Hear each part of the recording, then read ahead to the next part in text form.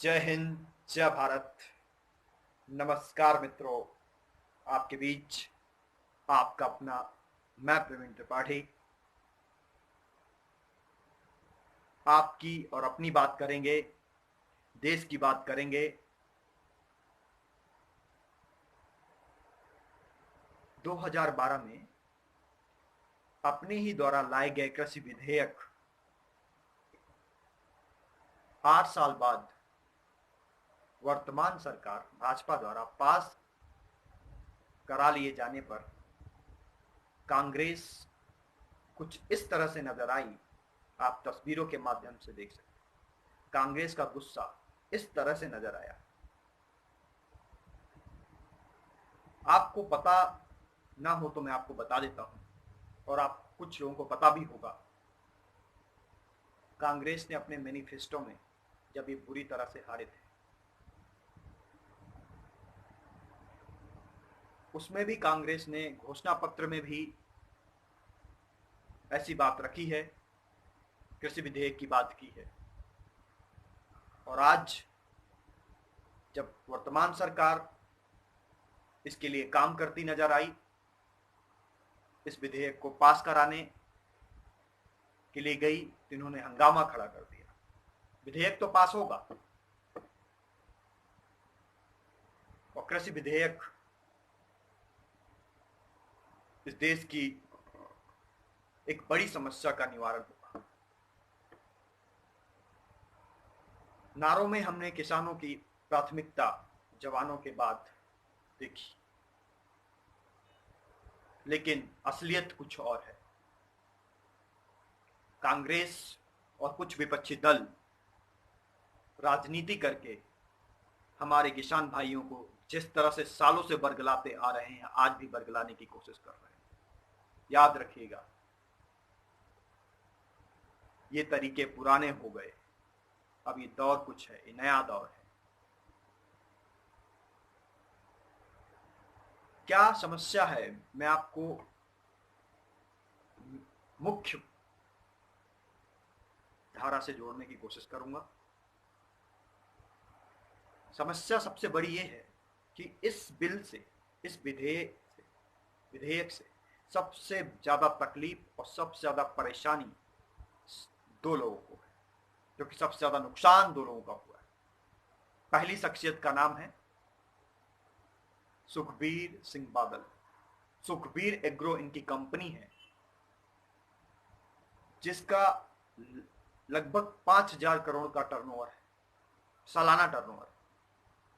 ये एफसीआई और किसान के बीच में सीधे एजेंट हुआ करते हैं।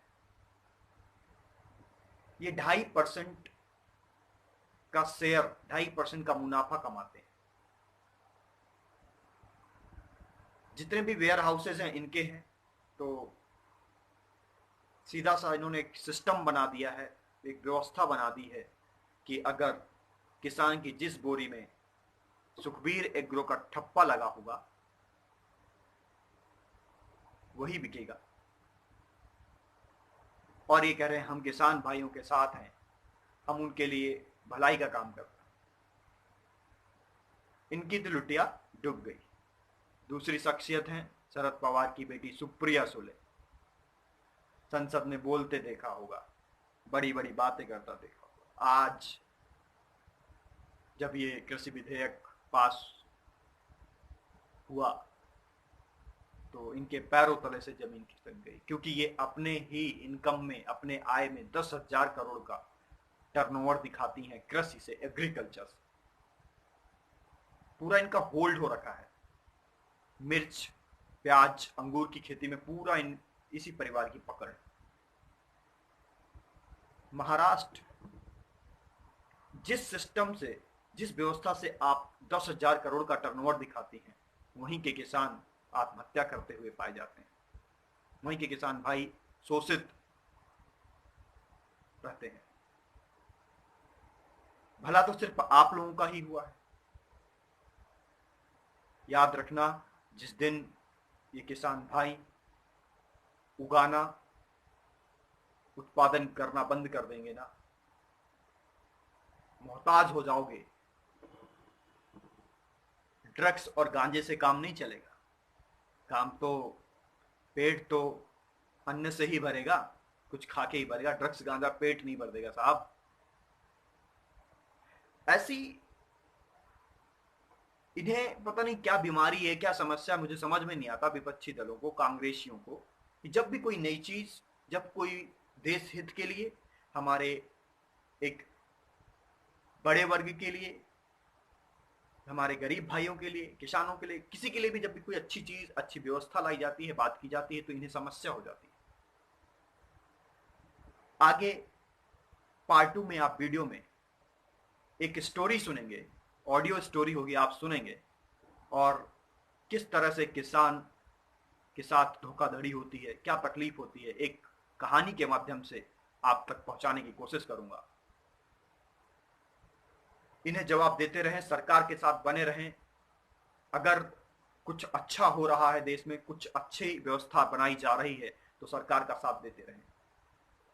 जय हिंद, जय भारत।